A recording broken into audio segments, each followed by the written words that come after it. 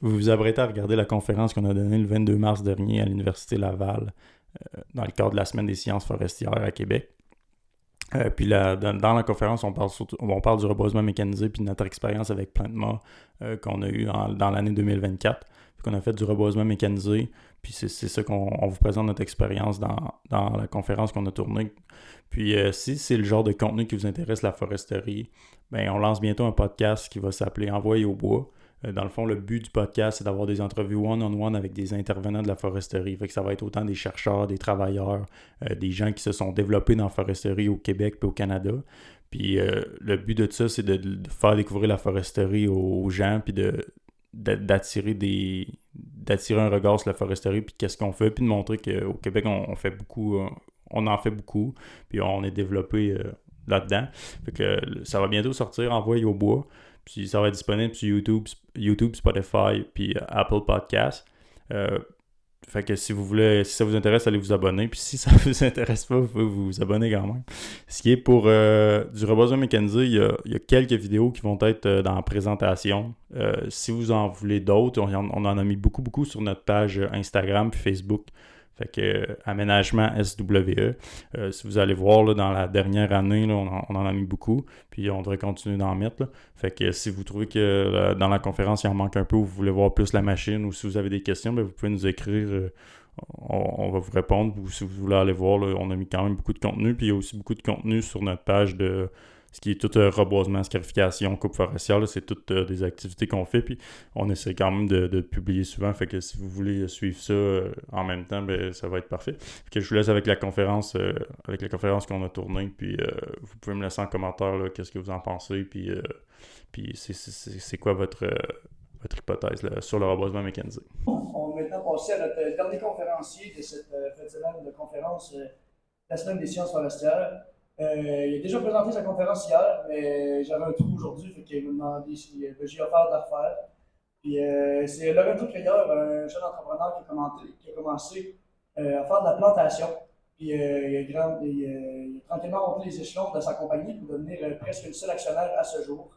Il a fait du reboisement, il a été chef d'équipe, il a fait de la livraison, il a beaucoup travaillé sur le terrain, il travaille aussi beaucoup dans la coupe pendant l'hiver.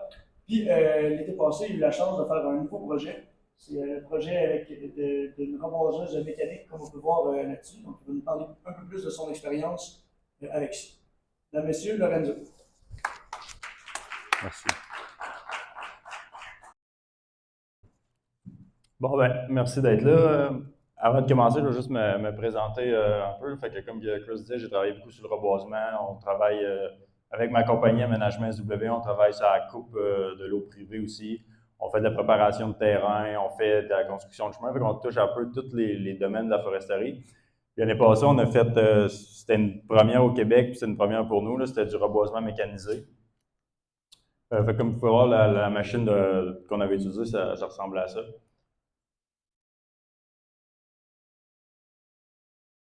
Il y en avait-tu qui avaient déjà entendu parler du reboisement mécanisé avant la journée d'aujourd'hui? Non, c'est nouveau pour tout le monde. Mais dans le fond, le reboisement mécanisé, ça fait plusieurs années qu'il y a plusieurs compagnies qui ont essayé de faire une machine qui pouvait planter des arbres puis avoir une qualité puis une production qui était suffisante. Ça a commencé dans les années 70 avec les OGE Planters. C'est de la manière que c'était fait, c'était une machine qui préparait le terrain, puis il y avait des gens qui étales assis en arrière, puis qui mettaient les arbres directement dans le terrain qui était préparé. C'est encore utilisé aujourd'hui, c'est surtout pour les arbres de Noël, ça va être utilisé, puis ça va être surtout utilisé dans l'agriculture. La raison pourquoi c'est pas utilisé en foresterie, c'est qu'il y a beaucoup de déchets en foresterie, puis ça pourrait blesser les gens en arrière, puis c'est pas vraiment fait pour tous les types de sols. Après ça, dans les années 1980, la Sylvanova est arrivée. C'était une nouvelle machine, ça plantait des arbres. C'est une production similaire un peu à des planteurs d'arbres. La qualité était aussi similaire. Ça préparait le terrain, ça le compactait, puis ça le plantait en même temps. C'est vraiment une nouveauté. Sylvanova, ils ont fait plusieurs essais. Au final, ils ont quand même eu du succès, mais ils ne sont pas venus à bout de mettre une machine et de la commercialiser à grande échelle. C'est surtout pour des défis qui étaient techniques. À l'époque, il n'y avait pas les outils qu'on a aujourd'hui, comme l'hydraulique, c'est plus poussé, les sensors, puis l'informatique. Dans les années 1990, Brachy est arrivé avec une machine qu'on mettait au bout d'une pelle mécanique qui plantait des arbres. Ça marche encore aujourd'hui. L'avantage de cette machine-là, c'est que ça prépare le terrain et ça le plante en même temps. Mais le désavantage qu'on a, c'est que la production n'est pas énorme. Ça va ressembler à une production d'un planteur manuel un peu. C'est pour ça qu'il n'y en a pas partout. Puis c'est surtout bon dans les terrains qui sont difficiles à préparer puis difficiles d'accès pour les planteurs. Ça va surtout être utilisé dans des terrains qui sont très, très à pic. Là, ça va avoir vraiment sa place. Puis en 2019, Plantement est arrivé avec la machine. Fait que quand je vous parlais de la Sylvanova, au début, c'était une machine qui était comme ça. On voit que les disques pour préparer le terrain, c'était fait à l'arrière. Les bras, ils étaient super loin. Ça a apporté des problématiques de quand la machine a bougé, nos arbres étaient souvent déportés du sillon qu'on avait, du terrain qui était préparé. Ça apporté, de la manière qu'on apportait les arbres de la cabine arrière à être plantés, ça marchait par vacuum. Fait que l'arbre, il était aspiré. Les problèmes qu'il avait réalisés, c'est que ça brisait souvent le plan, fait qu'on avait une moins bonne, l'arbre était moins bien, il y avait moins de chances de succès. Un peu plus tard, ils sont arrivés avec une machine qui ressemble à la photo du milieu.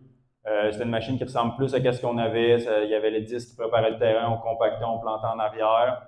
C'était plus proche du résultat final. Puis, fait que la Plantma, qu'est-ce qui est arrivé avec? C'est Stig. Stig, c'est un entrepreneur suédois. C'est lui, ceux qui sont en foresterie un peu, c'est lui qui avait les têtes forestières Logmax. Fait qu'il a inventé Logmax. Par la suite, il avait acheté les machines écologues. Fait que c'était des abatteuses, des transporteurs sur roues. Les deux projets ont super marché. Il a tout vendu ça. Il prend sa retraite, puis il se rend compte qu'il s'ennuie à sa retraite, puis il avait le goût de faire un dernier projet. Fait qu'il fouille un peu, puis il remarque qu'il y avait la Sylvanova qui était proche d'avoir marché. Fait qu'il part un peu de cette idée-là. Il engage les ingénieurs qui avaient déjà travaillé sur le projet à l'époque. Puis il décide de tout le monde ensemble de faire une machine qui peut planter des arbres partout dans le monde, avoir une bonne production, puis avoir une bonne qualité. Fait que c'était nouveau pour. C'était nouveau. En 2019, il arrive avec le prototype. Ça, c'est la première machine qui a été faite en Suède. Fait que, comme on peut voir, c'est une machine qui est particulière parce qu'on a deux opérateurs. En foresterie, il n'y a aucune machine qui est faite comme ça. Fait qu'on a un opérateur qui est assis en avant. L'opérateur en avant, lui, il va s'assurer de la scarification, que la scarification est bien faite. Il va communiquer avec l'opérateur en arrière. Il y a des caméras qui vont lui donner accès en arrière. Fait que si on a des problèmes, si on voit qu'il y a un obstacle, quelque chose, on va être capable de le voir. C'est lui qui va diriger la machine. Fait que souvent, qu'est-ce qu'on va faire quand on va être l'opérateur en avant? Puis si on voit qu'on a des zones qui sont non plantables, parce que c'est de l'eau, c'est de la roche, il y a trop de déchets, bien, c'est lui qui va diriger la machine. Le disque qu'on a, c'était une nouveauté ça aussi pour le Québec, parce que les disques qu'on prend pour faire de la préparation de terrain, souvent au Québec, le but, ça va être de prendre les déchets de coupe, les tasser, apporter notre sol au sol minéral pour qu'on puisse planter directement dedans. Lui, ce disque-là, qu'est-ce qu'il va faire? Il est inversé. Ça, c'est la première chose. Puis, il va enlever un peu de déchets, mais il va venir surtout chercher notre sol minéral, puis il va le ramener sur le dessus. Ça, c'est comme la nouveauté. Puis, avec nos roues en arrière, on va venir compacter le sillon qu'on vient de faire. Fait que, normalement, en préparation de terrain standard, on prépare une année, puis on va planter l'année suivante. Fait qu'avec la machine, le sol doit être compacté. Fait qu'au lieu d'attendre l'hiver, qui est la neige qui va compacter le sol, nos roues arrière vont venir compacter notre sol directement. On a une grue. La grue, elle va servir à enlever la boîte ou puis remonter la boîte pour faciliter les opérateurs à la remplir pour mettre les plants. Dans la boîte de stockage des plants, il y a seulement les plants. Dépendamment du gabarit qu'on va prendre, il va rentrer entre 6 000 et 12 500. Dans ce qu'on a travaillé, nous, on était plus avec les arbres qu'on avait. On a remarqué que quand on avait 12 000 à peu près, c'était parfait. Ça faisait qu'on en avait assez pour faire notre journée de travail. On n'avait pas besoin d'aller se remplir plus souvent. En arrière, c'est là qu'on a la cabine. Ça, c'est aussi nouveau là, pour planter des arbres dans une cabine. Si on a l'air climatisé, on a le chauffage, il n'y a pas de mouche. C'est vraiment plus facilitant. On a les bras. Les bras, c'est vraiment là que tout va se passer. C'est vraiment là qu'il y a eu beaucoup de travail qui a été fait. Comme qu'on peut voir en haut, on a notre chaîne, ça on appelle ça ici notre chaîne infinie. Les arbres sont déposés là-dedans par l'opérateur arrière. On appelle ça la cope. Le fond, il va ouvrir avec un sensor. On a un jet d'air en haut qui va permettre à notre arbre d'être propulsé dans le tuyau. Fait que dépendamment si notre arbre il est gros, il est petit, il est pesant, il n'est pas pesant, on peut ajuster l'air pour que notre arbre descende adéquatement dans le tuyau. Une fois qu'il s'en va dans le tuyau, il va tomber dans l'entonnoir. Quand il va tomber dans l'entonnoir, même chose, on a des jets d'air pour encore qu'on le pousse adéquatement dans le bras. Fait que dépendamment si notre arbre est gros, pesant ou pas, c'est ça qui va, on va pouvoir ajuster notre air. Après ça, il est propulsé dans le bras. Puis après ça, il y a ici la douille. On a plusieurs grosseurs de douille. Ici, notre arbre il est gros, il est petit parce qu'au Québec, les arbres qu'on va planter, ça va de la grosseur d'un petit doigt jusqu'à une canette de Pepsi. Fait que ça prend une machine qui s'adapte à toutes les conditions. Fait que nos douilles, on peut les changer. On a 3 sortes de douilles qu'on va prendre. On a aussi des compacteurs sur le côté. Eux aussi, on peut les changer. Dépendamment du sol qu'on va planter, on va avoir besoin de plus ou moins de compaction, d'aller chercher plus ou moins de matériel pour pouvoir bien compacter notre arbre. Fait que, quand on travaillait dans l'argile, on prenait les petits, puis quand on travaillait dans le sable, on prenait les plus gros. Ça, c'est souvent quelque chose qu'on va ajuster quand on va rentrer dans un terrain, on l'ajuste. Après ça, pour tout le secteur, on est correct. Tout ce qui est hydraulique, ça va s'ajuster dans la machine par l'opérateur en arrière. Fait que si notre sol, la dureté change, si on a un paramètre qui est différent d'une place à l'autre, tout peut s'ajuster avec la machine. Puis, comme quand vous voyez, là, la machine, si elle plante, elle va planter, puis on voit un petit jet d'eau qui est propulsé. Ça va servir à nettoyer la douille pour pas qu'on ait de déchets de terre qui s'accumulent, pour pas que ça fasse des blocages. Comme ça, c'est une autre vue qu'on a de la machine. Fait que ici, comme vous voyez, l'arbre, il passe dans le petit entonnoir, dans le petit tuyau, puis il est propulsé dans l'entonnoir. Après ça, il s'en va plus bas. Vu de côté, ici, on voit là, que vraiment les bras, ils travaillent. Quand le bras, quand il plante, il reste statique. Puis après ça, il va revenir chercher son prochain plan. La chaîne, elle tourne tout le temps. Fait qu'à chaque fois qu'un arbre est planté, ça tourne, puis on en rejette un autre. Quand on scarifie, on va venir chercher le sol minéral, on le ramène sur le dessus, puis nos roues arrière vont venir le compacter. Fait que quand le bras il plante, le sol il est déjà prêt à recevoir l'arbre. Ça, c'est la vue intérieure. Fait qu'on voit que l'opérateur il est là. Il y a ces 2 écrans pour faire les ajustements sont ici. Les plans sont là. Ça, c'est la table de travail. Fait qu'en arrière de lui, il va avoir les arbres qui sont stockés là.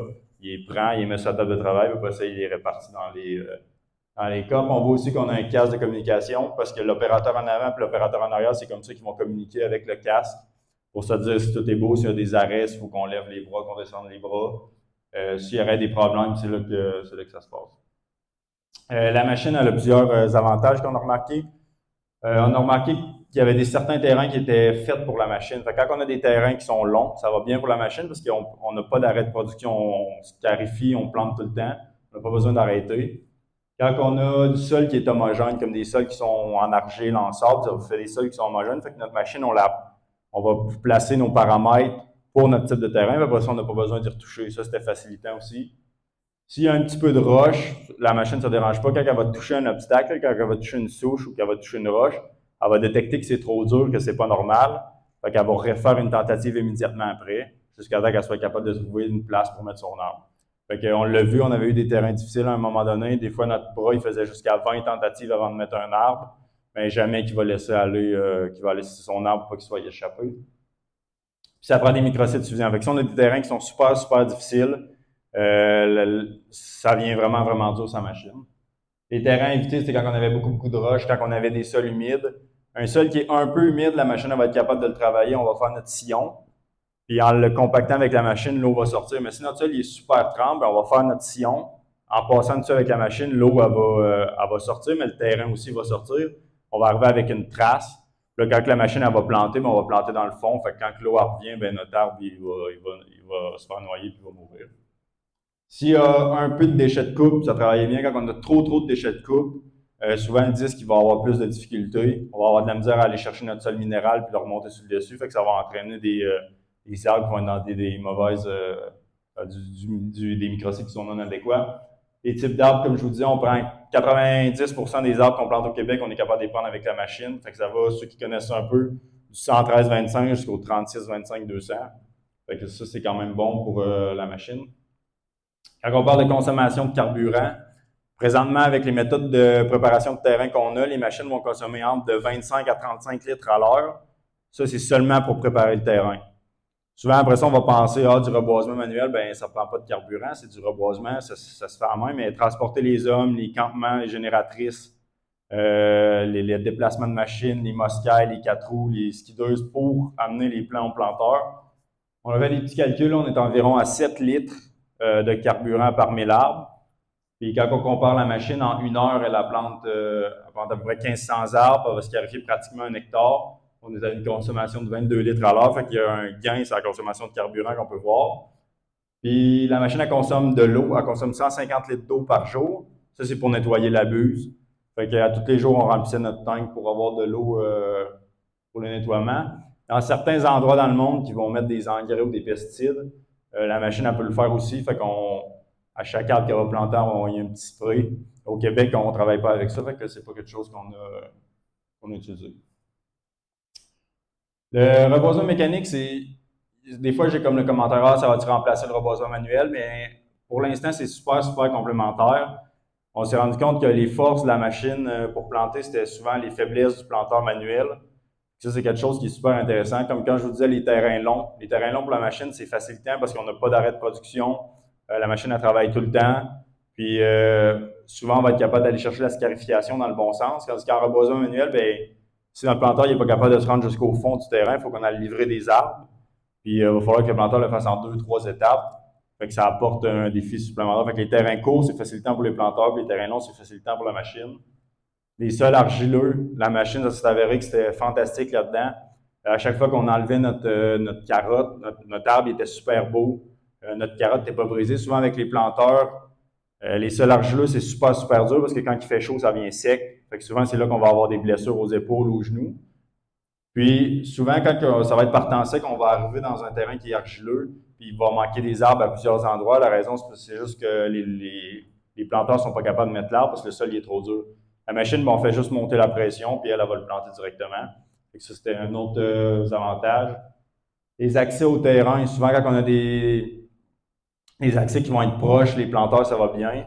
Avec la machine, même si les accès sont loin, si c'est plus difficile, il n'y a pas de problème, parce qu'avec la machine, on a nos arbres, on a notre carburant, puis on a l'eau pour la journée.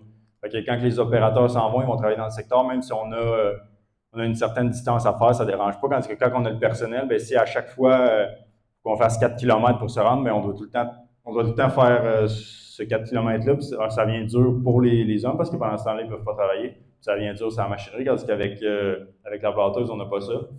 Présence de compétition, ça c'est un autre avantage qu'on n'avait pas pensé, mais souvent quand il y a de la compétition, ça va être tous les feuillus, souvent qui vont nuire à notre arbre qu'on veut planter. Dans certains secteurs, on avait de la compétition qui était plus haute que la machine, là, fait qu'on parlait d'environ 18 pieds. Puis avec la machine, c'était facile. Ben, pourquoi? Ben, parce qu'on passe, on prépare le terrain et on le plante en même temps. Fait que cette compétition-là, on la maganait, si on veut. Notre arbre, il y a un beau puits de lumière. Fait que quand il est planté, il reçoit directement le soleil.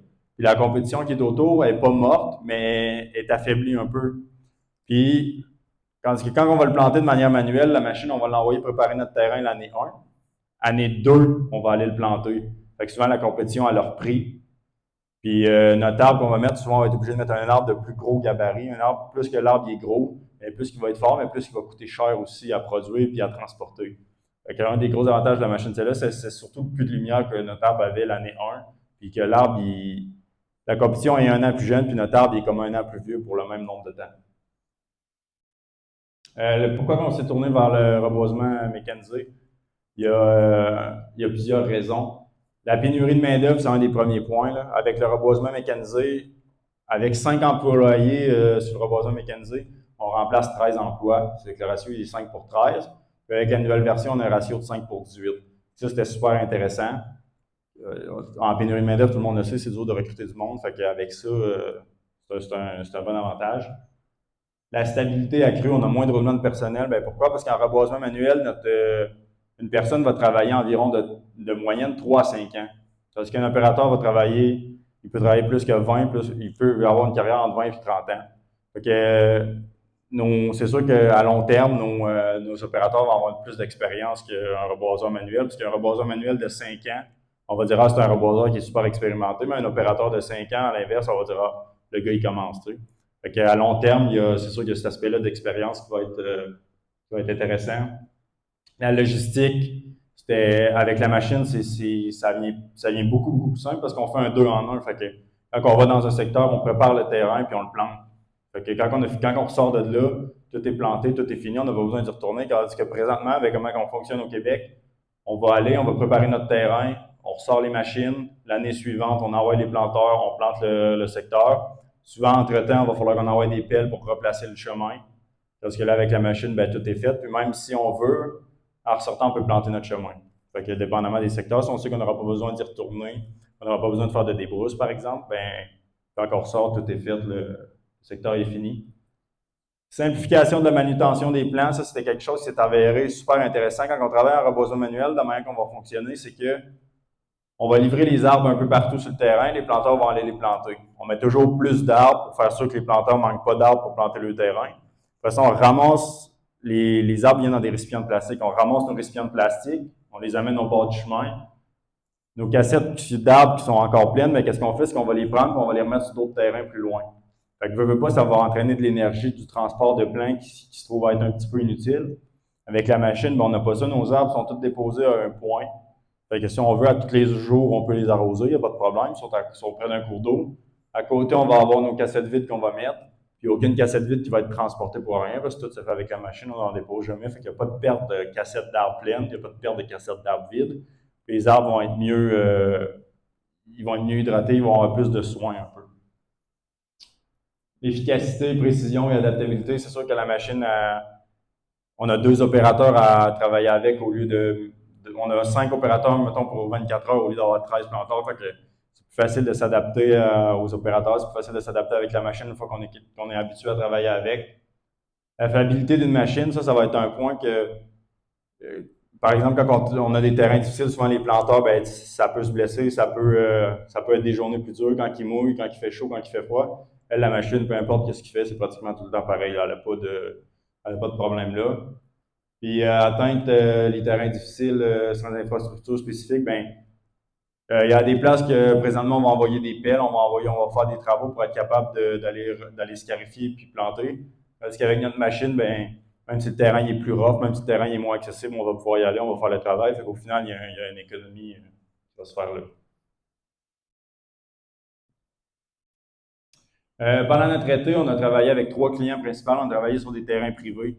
Fait que le terrain privé qu'on a fait, c'était un monsieur qui avait sa terre. On avait planté la première partie de sa terre avec les planteurs en 2023. En 2024, on est arrivé avec la machine, on a fait la suite du terrain. Et le monsieur, ce qui était vraiment intéressant, c'est que lui, il était là tous les jours puis il surveillait ce qui se passait.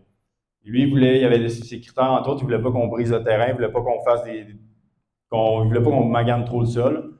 On a fait avec la machine, ça fait des plus petits sillons que ce qu'on voit présentement. Fait que pour ça, il était super content. On a eu un meilleur taux de succès avec notre reboisement mécanisé. La raison, c'était qu'on avait des sols argileux. Fait que les planteurs, c'est pas leur force. Puis la machine, elle, c'était un peu sa force. Le deuxième point, c'est que comme on avait 2 opérateurs, puis ça, c'était notre premier secteur, fait qu'on était suivi par une équipe de Suédois puis par une équipe de Moncton qui nous suivait pour s'assurer de la qualité, puis on avait notre formation en même temps. Il y a des gens d'expérience. Ben, le point, c'est que si tu as une équipe de reboiseurs, tu as 15 reboiseurs, ben, tu en as 10 qui peuvent être super bons, mais tu en as 5 qui commencent. Quand ton échantillon se fait, ça se peut que ton échantillon tombe sur ces 5-là. Si tu n'as pas ça avec le reboisement mécanique, ton reboisement mécanique, les 2 personnes, s'ils savent qu'est-ce qu'ils font, ben, quand ils sont partis, tu t'es assuré d'avoir une meilleure qualité au final. Ça a été la raison de notre différence principale de quinzaine de pourcents. Après ça, on s'est en allé sur les terrains de la MRC Abitibi. MRC Abitibi, ils ont été un super partenaire dans le projet. Aussitôt qu'on les a approchés avec le reboisement mécanique, ce qu'il faut comprendre, c'est que c'est très nouveau. Fait qu'il y a des fois, il y en a qui sont plus réticents. Mais ce qu'ils ont fait, ils ont été super cool. Ils nous ont donné 4 terrains de test. Ils ont dit on va le tester dans 4 conditions différentes pour voir vraiment la machine, c'est quoi ses limites, c'est quoi ses forces, c'est quoi ses faiblesses. Puis, fait qu'on a testé des terrains qui étaient sobre roche. C'est là qu'on a remarqué quand on a trop de roche, la machine a de la difficulté. S'il y en a un peu, ça passe. On l'a testé dans du sol argileux à forte compétition. Là, on a vu que c'était vraiment la force de la machine. On l'a aussi testé dans des terrains qui étaient humides. C'est là qu'on a vu qu'un petit peu d'humidité, ça va être correct. Quand on a trop d'humidité, ça ne marchera pas. Vous voyez que notre qualité, elle se promenait entre 76 et 92%. Au Québec, le ministère demande 80% pour passer, fait que dans un endroit qu'on était en bas. La raison qu'on était en bas, c'est que c'était très trempe, c'était très humide. Puis l'ingénieur, il a dit, gars, on va tout le planter pareil, puis on va faire nos tests en conséquence. Puis on a été évalué comme un reboisement manuel. Fait que probablement que si on n'aurait pas été dans le cadre de la recherche, probablement qu'on aurait sauté certains secteurs. Ça aurait fait monter notre moyenne de qualité.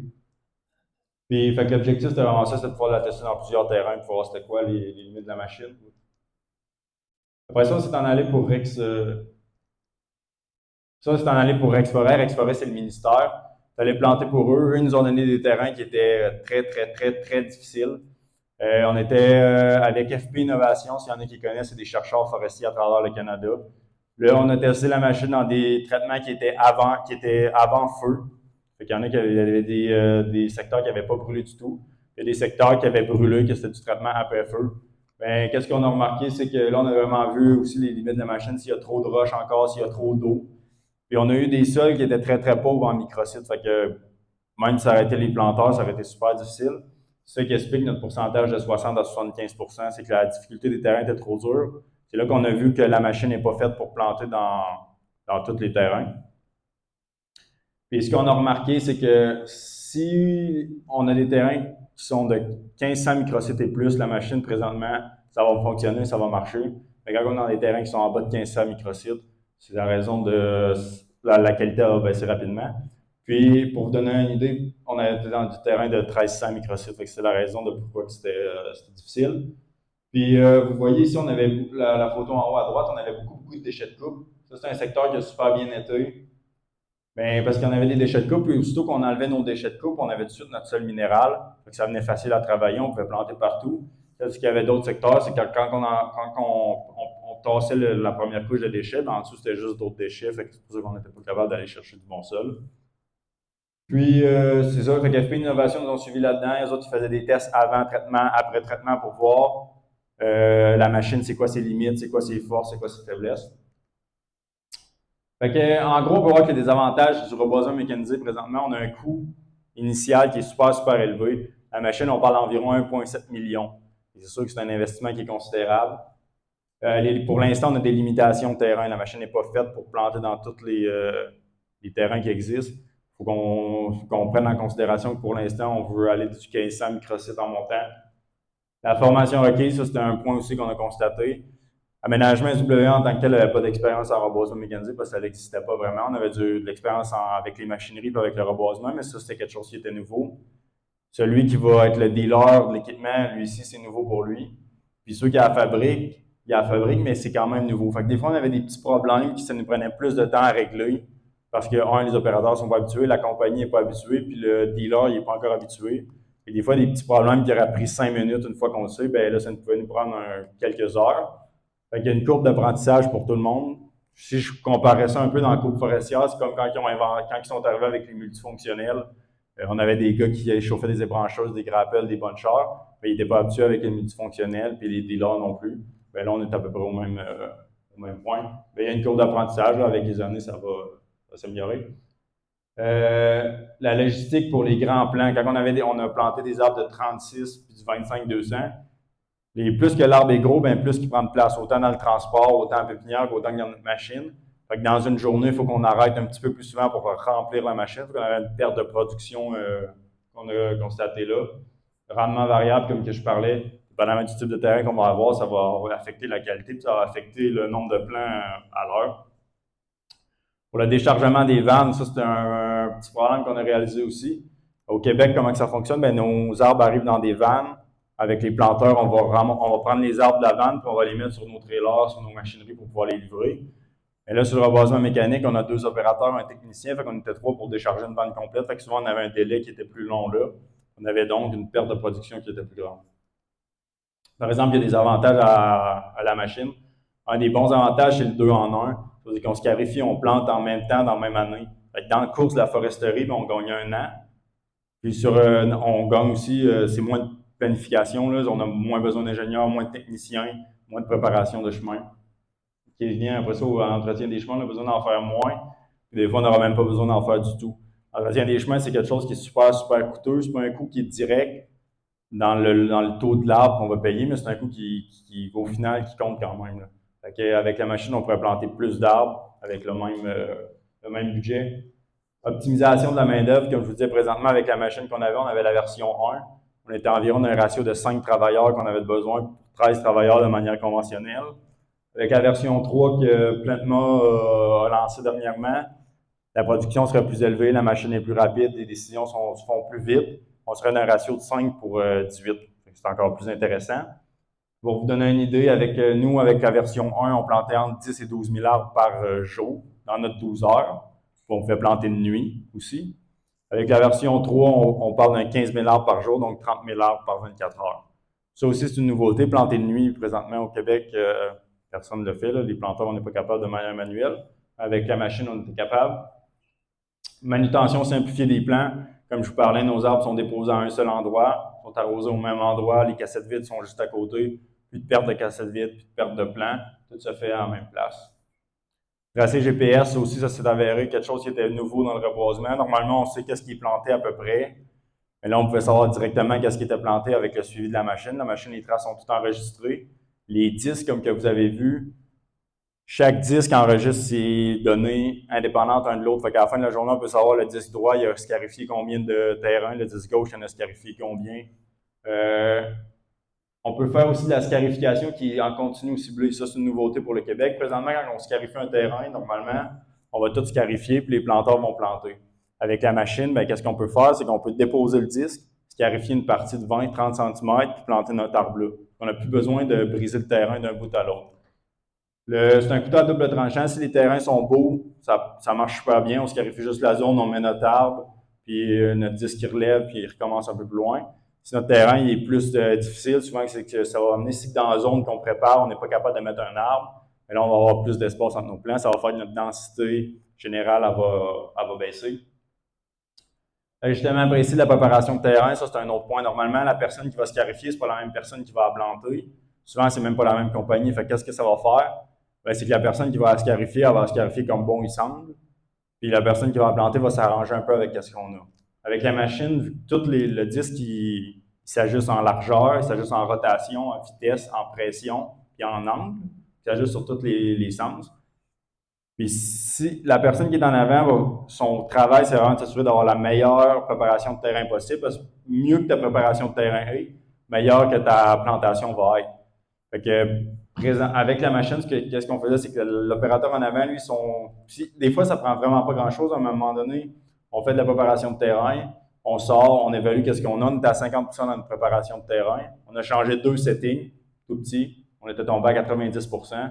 Fait que notre qualité de reboisement, elle a monté tout de suite par le fait même. Si arrêter de la scarification comme on fait présentement, probablement que la personne n'aurait jamais arrêté, elle aurait tout le temps continué, puis s'arrêter ça qui est ça, puis c'est au planteur après ça de travailler avec ça. Planter sur le dessus du sillon, ça aussi c'est une nouveauté. Présentement, au Québec, quand on fait notre sillon, ça fait comme un demi-cercle si on veut.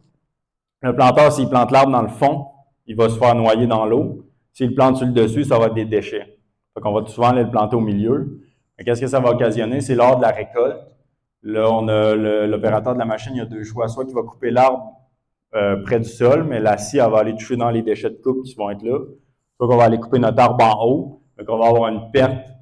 On va avoir une perte de l'arbre. Le bas de l'arbre, c'est la meilleure matière est là. Quand le plantant directement sur le dessus du sillon, comme qu'on fait avec la machine, ben l'opérateur, quand il va venir pour le couper dans 35-40 ans, ben notre arbre, il n'y a pas de perte, puis l'opérateur ne brise pas ses équipements. Plantma, il travaille présentement beaucoup à travers le monde. Il y a une machine qui est en Australie. C'est la machine qui a planté le plus d'arbres jusqu'à présent. Quand ils ont commencé à travailler au Brésil, ça marche un peu différemment. Ici, la foresterie, là-bas, ils faisaient 3 étapes pour planter un arbre. Fait qu'ils préparaient le terrain. Ils commençaient par lousser le terrain, parce que le terrain, il est super, super dur. Fait qu'ils passaient avec un tracteur, puis le but, c'était de lousser le sol. Après ça, ils passaient avec une machine pour préparer le terrain pour les planteurs. Puis après ça, on plantait. Plantma est arrivé avec leur machine. Ils sauvaient la préparation de terrain puis le reboisement. Plantma, ils ont travaillé, ils ont vu ça, ils ont travaillé sa machine, ils ont fait quelques modifications. Ils sont arrivés avec une machine qui remplaçait, là, au début de la première machine pour lousser, c'était un ripper. Fait que ça remplaçait le ripper, ça remplaçait la préparation de terrain puis ça plantait en même temps. Au Brésil, ils sont passés de 3 étapes à 1. Ça a été un gros changement pour eux. Au Brésil, ils ont des grosses périodes de reboisement, mais il fait super chaud aussi, fait que ça devient difficile sur les reboiseurs. Avec la machine à l'air climatisé, ben, il n'y a plus ce problème-là.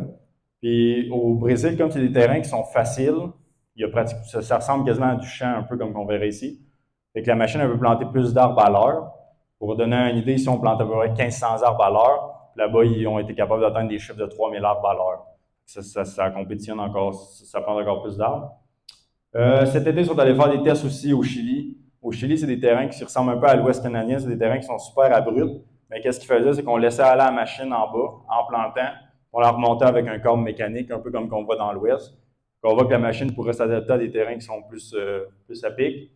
Puis en Suède, c'est le lieu de fabrication, c'est eux qui font les machines. Aujourd'hui, au moment où on se parle, ils sont rendus à 2 usines de fabrication. Puis en Suède, souvent, on va penser que c'est des jardins et que c'est super facile à planter. Mais en réalité, la partie nord, vraiment, ça ressemble à des jardins, mais la partie sud, il y a beaucoup, beaucoup de roches et des terrains qui sont en pente. Fait que s'ils viennent à bout, ben ça marche déjà, mais s'ils viennent à bout d'encore plus faire marcher une machine dans la roche, en Suède, ben, ils vont être capables de faire marcher ça partout dans le monde. Puis au Canada, c'était la 3e été de test qu'ils faisaient avec Plantma. Les 2 premières années étaient avec Irving au Nouveau-Brunswick. Puis cet été, on l'a fait avec nous. Les futures technologies de Plantma, ça va être la grosse nouveauté qu'ils vont faire, ça va être la caméra thermique. Ça va permettre à la machine de scanner le sol. Puis avant même de faire un essai, savoir si c'est une roche, savoir si c'est des branches, savoir si c'est du sol minéral, elle va le savoir. Parce qu'avec les indices de chaleur, elle n'aura même pas besoin de faire un essai pour planter un arbre, elle va savoir avant même si c'est du bon, si c'est du pas bon. Ça, c'est un gros plus. C'est sûr qu'ils veulent faire de l'automatisation améliorée, que la machine pourrait chauffer tout seul, on aurait seulement un opérateur au lieu de 2. Ça aussi, ça s'en vient. On va parler aussi de l'efficacité accrue. Déjà, avec la version 3, elle plante plus d'arbres dans une journée. Et la machine est plus vite, la prise de décision se fait plus rapidement. Il y a le géoréférencement des plants aussi. Ils ont commencé à travailler là-dessus. Chaque arbre serait photographié, puis on aurait un point GPS. Ça veut dire qu'on pourrait envoyer l'inventaire, par exemple, à Québec, on pourrait l'envoyer à Montréal. L'ingénieur, il pourrait regarder des arbres aléatoirement puis savoir s'ils sont bien plantés ou s'ils ne sont pas bien plantés. Si on aurait un problème d'un plan, on saurait exactement où ce est. Fait que ça, ils ont commencé à faire les tests. Il y avait le géoréférencement, il marchait, mais pour les photos, la caméra se salissait. Mais c'est des choses qui s'en viennent. J'ai dit qu'il y avait des questions. Ouais. Je vais juste donner ton nom puis dis la question, je répète au micro. Est-ce qu'il y a un sens que c'est mieux de faire marcher ta machine? Y a-t-il un parcours qui comme. Oui, s'il y a un sens qui est mieux pour faire marcher la machine, oui, c'est une bonne question. Présentement, en scarification, puis en foresterie, souvent, on va faire un chemin forestier puis on va travailler perpendiculaire. Ça va être de la manière dont on va fonctionner. En réalité, pour préparer le terrain puis planter, c'est pas toujours la meilleure manière. On serait tout le temps mieux de passer dans le sens de nos déchets de coupe. Présentement, on ne le fait pas. Ben, pourquoi? Parce que ça donnerait plus de travail au reboiseur, mais avec la machine, comme c'est scarifié planté, on peut vraiment passer dans le bon sens. Puis avec ça, on a une meilleure qualité de scarification, on a une meilleure qualité de plan aussi. Fait qu'on est capable de s'ajuster pour ça. Il y en avait-il d'autres qui ont des questions? Puis juste en finissant, on a lancé un podcast forestier qui s'appelle Envoyer au bois. On a tourné la première émission aujourd'hui. Ça va être bientôt disponible sur Spotify, YouTube, Facebook, Instagram. Fait que s'il y en a jamais que ça intéresse. Le but, c'est de faire des entrevues avec des chercheurs, des ingénieurs, des gens du milieu, des inventeurs forestiers, des gens qui font un peu tous les domaines. Puis le but de tout ça, c'est de venir parler de la foresterie, de qu'est-ce qu'on fait ici, qu'est-ce qu'on fait à travers le monde. Parce que je me suis rendu compte que souvent, les gens ils ont une mauvaise idée ou ils ne savent pas vraiment de qu'est-ce qu'on fait avec nos forêts. Que le but, c'est d'en faire parler puis de répondre ça. Bon, ben, merci beaucoup pour la présentation. Ouais, une autre question? Les bras, est-ce qu'ils plantent tout le temps? C'est Ah, ok, ouais. Les bras, à demander si les bras, ils plantent tout le temps. Les bras, on peut les activer, ils sont indépendants, fait qu'ils ne plantent pas en même temps. Fait que si d'un côté, par exemple, on aurait de l'eau, de l'autre côté, on aurait du bon sol, on va être capable de planter juste d'un côté à la fois. Puis, ils vont fonctionner avec les disques aussi. Nos disques, quand on va les descendre à terre, il va y avoir un signal qui va dire au bras, ben quand le disque qui était descendu ici, quand tu arrives ici, tu commences à planter. Fait que des fois, ça, c'était un autre point qu'on avait. Quand on travaillait, si on voyait qu'on avait beaucoup de déchets de coupe, qu'il y avait un endroit qui n'était pas scarifiable, ben on levait nos disques. Fait qu'aussitôt que le bras arrivait vis-à-vis là, il levait, il retenait son arbre, puis il plantait. Il commençait à le planter quand on descendait notre disque. C'était 5 personnes. La troisième personne de jour, elle sert à quoi? 5 personnes, donc on a 2 opérateurs, un opérateur en arrière, un opérateur en avant. Même chose pour la nuit. À la 5e personne, ça va être notre technicien forestier qui va venir faire les tests de qualité, qui va s'assurer du bon déroulement des opérations. Bon, ben, merci beaucoup d'avoir été là. As-tu des questions? Ouais. Fais juste me donner ton nom, puis je vais. OK. Je peux aller passer le micro. Ah, ouais.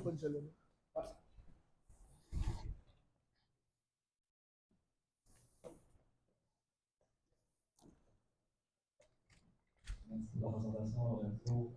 Moi, c'est Denis. Je suis en foresterie. Puis, j'avais une question par rapport à votre manutention. Tu sais, tu as un gars dans la cabine qui fait juste rentrer les capsules de plantes. Mais tous les plantes viennent en cassette. Tu plantes 10 à 12 plantes par jour. Le transfert entre la cassette et le gars qui met les plantes dans la capsule, ça se fait comment? Dans le fond, il va. La personne pour mettre les arbres, elle va prendre les cassettes qui sont en arrière d'elle. Puis, elle va venir les mettre sur la table de travail. Elle va les prendre un par un, puis elle va les mettre dans les chaînes automatisées. Vu que ça passe quand même assez vite, ça prend quand même assez vite. Puis, tu as monté de cassette, tu as monté des... Là, c'est là comme le défi. Aussitôt que la machine va se revirer ou qu'elle va arrêter pour X raison, c'est là que la personne elle va reprendre un peu son retard. Fait qu'elle va faire le ménage dans sa cabine, elle va se ressortir des cassettes d'arbres pleines, elle va empiler ses cassettes vides, puis elle va se préparer aussitôt qu'on repart. Ça, c'est un point qu'on a réalisé. Des fois, on avait des problèmes en arrière. Mettons, les arbres vont jammer dans l'entonnoir ou n'importe quoi. Ben, logiquement, on pensait que c'est la personne en arrière qui va, mais on envoyait la personne en avant. Comme ça, pendant ce temps-là, la personne en arrière, elle reprend son retard. Parce qu'en avant, la personne, elle se clarifie puis elle voit le terrain venir, fait qu'elle ne peut pas vraiment prendre de retard. Dans l'univers, c'est présentement votre gros boulot de détremblement. C'est des plantes automatisées, genre passer de la cassette aux capsules automatiquement. Il y a-t-il des projets là-dessus? Ça serait difficile à faire, mais quand on a des arbres en boîte, comme qu'on va voir partout dans le reste du Canada, ça va vraiment faciliter beaucoup parce que dans ta boîte, au lieu d'avoir 45 ou d'avoir 36 arbres, ben, tu vas en avoir 400 souvent. Fait que c'est souvent ça qui va aider beaucoup. Puis si on aurait des arbres en boîte, ben, il y en aura plus aussi dans le storage. Fait qu'on est capable on a moins d'arrêts fréquents à faire. Juste une deuxième question. Si normalement la qualité minimum attendue est à 25%, vous, pour augmenter votre qualité future, de ce que je comprends de la présentation, ça va être juste la meilleure sélection des terrains. Oui, mais mettons, le ministère il demande 80% de qualité. La manière qu'on va être capable d'aller chercher le 80% en montant, ça va être de vraiment choisir les terrains qui sont propices à la machine. Fait que les terrains humides, on évite ça. On va aller dans des sols qui vont être plus faciles, comme l'argile. Pour exemple, pour l'argile, la machine, c'est super bon. Fait que c'est sûr qu'on aurait une meilleure qualité là. Puis ça va être de choisir. Présentement, tu vois, j'avais la conversation avec Stig. C'est que quand on a commencé, mettons, quand ils ont commencé avec les multifonctionnels, tu ne bûchais pas n'importe quel bois, tu bûchais seulement certains essences dans du terrain facile. La machine, on est là, on est au début, fait que ça va faire les terrains. Moi, je te dirais de 1500 1600 microsites propices à l'hectare en montant. Puis éventuellement, quand elle va s'améliorer, on va être capable de descendre dans des terrains qui sont plus difficiles. Merci beaucoup. Merci pour vos questions. Est-ce qu'il y avait d'autres monde qui avaient des questions? Yes, Monsieur Lucas, je me demandais quel intervalle de temps vous êtes pour un remplissage d'arbres et d'eau avec votre machine? Combien de temps que ça prend pour la remplir? Non, quel intervalle de temps tu peux travailler avec ce remplissage? Si, mettons, remplir, ça prend à peu près 1 heure, puis dépendamment de la sorte d'arbre que tu vas avoir, fait que si tu as du 67 ou si tu as du 45, tu vas faire pas mal ta journée complète. Fait qu'on est arrivé avec des plans de 36, vu qu'on tient moins dans la machine, mais on faisait à peu près une demi-journée. On sortait, on se remplissait, puis on repartait travailler.